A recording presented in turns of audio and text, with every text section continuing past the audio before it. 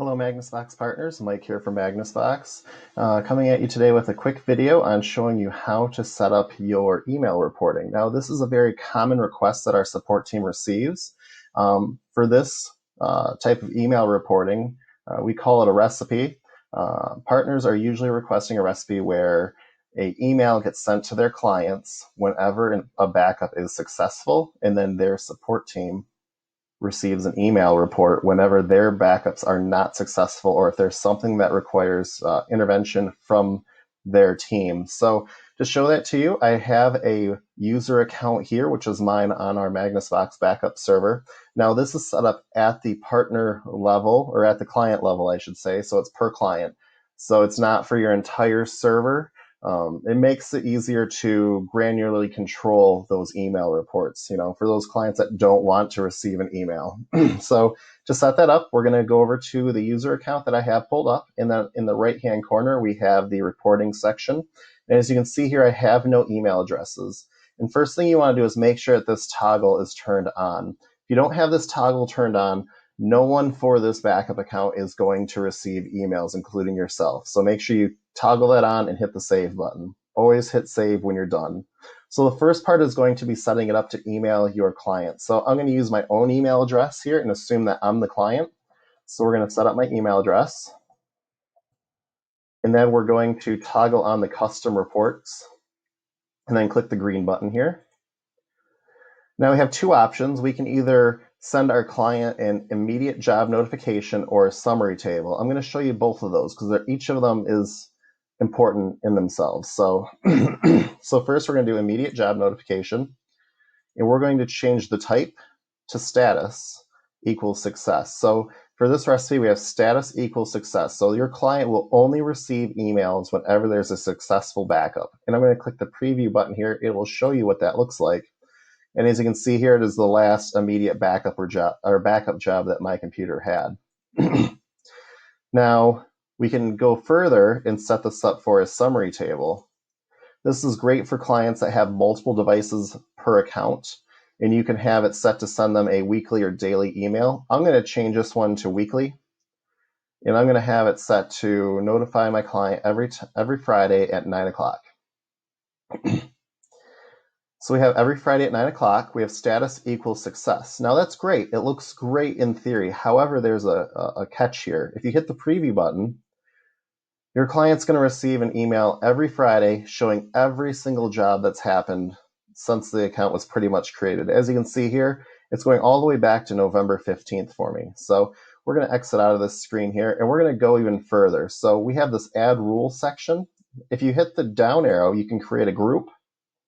We're going to add a group. So we have all of these, status equals success, and then we have a subgroup of all of, and we're going to choose time since job start. So we want to do time since job start is less or equal to, we're going to put 7 days, because I run my backups once a day, so it's not going to give us much data if I do 1 day. So we're going to hit preview. And as we can see here, it's giving me all the backup jobs for this backup account over the last 7 days, which looks great. This is what I want my client to see. I want them to see all the happy emails.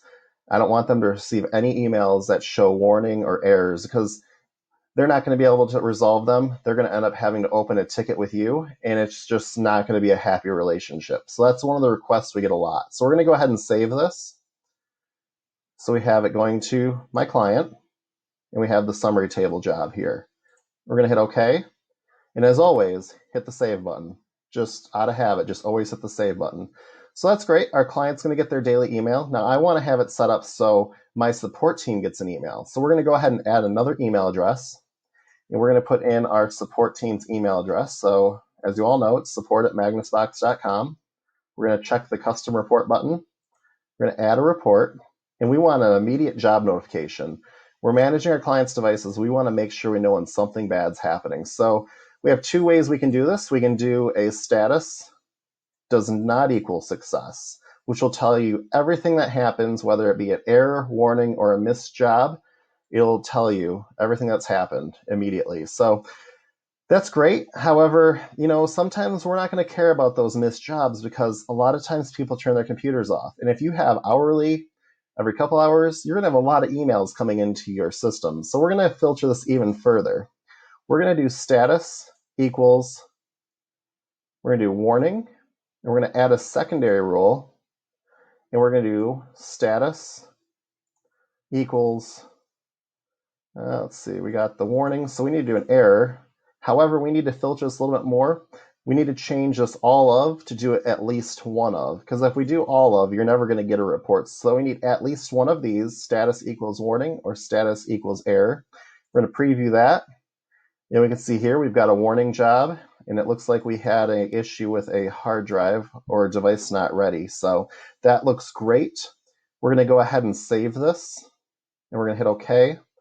And we're going to hit the save button. So now our client is getting all the happy, good emails showing that their backups were successful, and our team is getting all the bad emails stating that something is wrong. And you can have this go into your repair ticketing system, group email, have it go to an individual technician's email. Just make sure that you have this checkbox turned on. Otherwise, even though you set this up, your client or you are not going to receive any alerts. So if you found this video helpful or this tutorial helpful, don't forget to give it a like and subscribe to our YouTube channel.